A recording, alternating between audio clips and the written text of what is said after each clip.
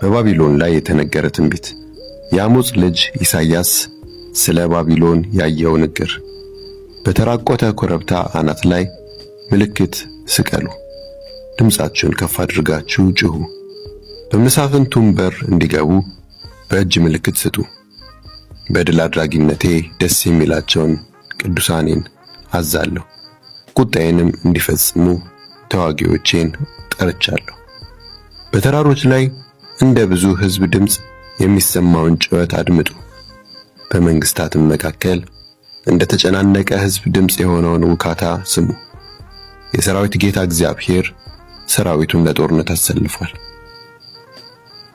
እግዚአብሔርና የቁጣው ጦር መሳሪያ ምድሪቱን በሙሉ ለማጥፋት ከሩቅ አገር ከሰማያትም ዳርቻ መጥተዋል። የእግዚአብሔር ቀን ቀርቧልና አልቅሱ፣ ሁሉን ቻይ ከሆነ አምላክ ዘንድ ጥፋት ይመጣልና።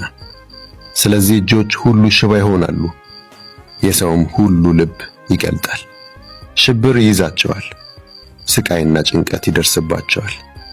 ምጥ እንደያዛት ሴት ያመጣሉ፣ እርስ በርሳቸው በድንጋጤ ይተያያሉ፣ ፊታቸውም በፍርሃት ቀይ ይሆናል።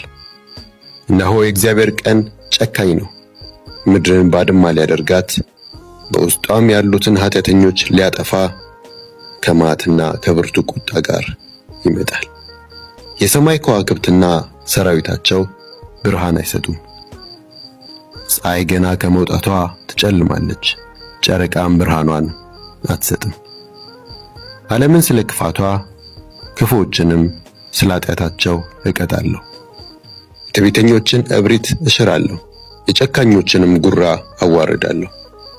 ሰውን ከነጠረ ወርቅ ይልቅ ውድ፣ ከኦፊርም ወርቅ ይበልጥ ብርቅ አደርጋለሁ።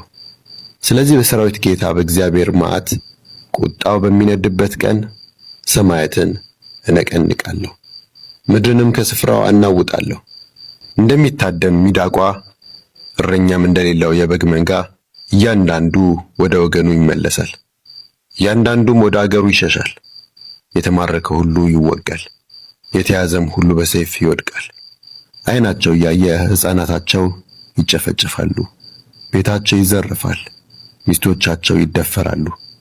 እነሆ ለብር ደንታ የሌላቸውን በወርቅም ደስ የማይሰኙትን ሜዶናውያንን አስነሳባቸዋለሁ።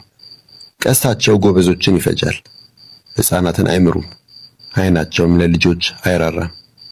የመንግስታት ዕንቁ የከለዳውያን ትምክህት የሆነችውን ባቢሎንን እግዚአብሔር እንደ ሰዶምና እንደ ገሞራ ይገለብጣታል። በዘመናት ሁሉ የሚቀመጥባት አይኖርም፣ የሚቀመጥባትም የለም።